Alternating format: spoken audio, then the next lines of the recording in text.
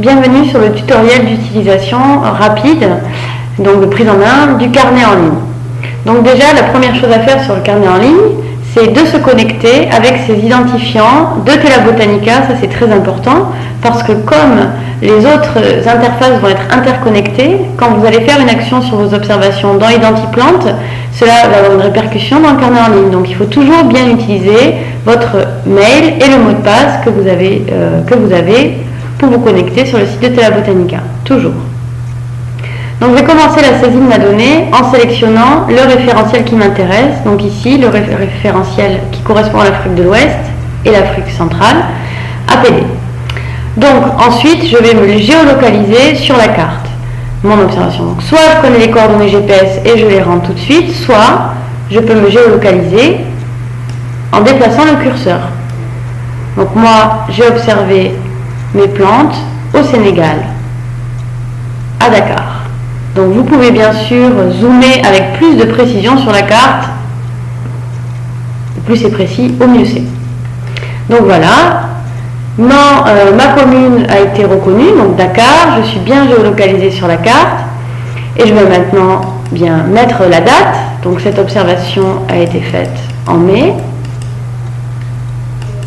Il y a d'autres champs que je peux remplir, comme l'altitude si je la connais. Et ensuite, le nom de l'espèce. Donc moi c'est Plumeria rubra que j'ai observé. Je peux définir l'abondance si je veux, le lieu dit, le milieu, prendre quelques notes et aller voir, indiquer si je suis sûre ou pas de mon identification. Ça c'est important parce que ça va me permettre, si je ne suis pas sûre de mon identification, de le dire. Et mon observation va aller se retrouver sur Identiplante et les gens vont pouvoir venir confirmer ou pas, confirmer ou infirmer donc ma détermination. Donc voilà, mon identification est créée, j'ai rempli tous mes paramètres. Je vais donc aller cliquer ici, vous avez vu, je vais utiliser le petit ascenseur sur Créer. Et voici mon observation que je retrouve ici. Tout de suite, je vais la rendre publique. Comme ça, tout le monde va pouvoir la voir et je vais pouvoir aussi également la retrouver sur les cartes. Donc, rendre public. Voilà, je vais y arriver. Donc, normalement, il y a le petit logo qui va s'afficher. Voilà, le petit logo qui apparaît. Et maintenant, je vais aller mettre une image, donc je clique sur l'onglet Images, ajouter une image, un fichier à la fois, c'est mieux. Je vais aller chercher mon image que j'ai au préalablement mis sur mon ordinateur évidemment. Donc là je vais sélectionner l'image,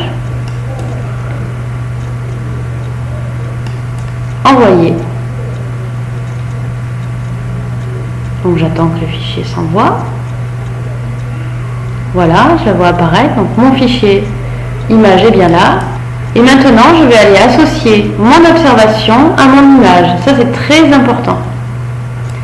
Donc ici, vous voyez l'ensemble de mes observations que j'ai déjà entrées dans le carnet en ligne. Je vais aller chercher l'observation qui correspond à mon image. Ici, Plumeria.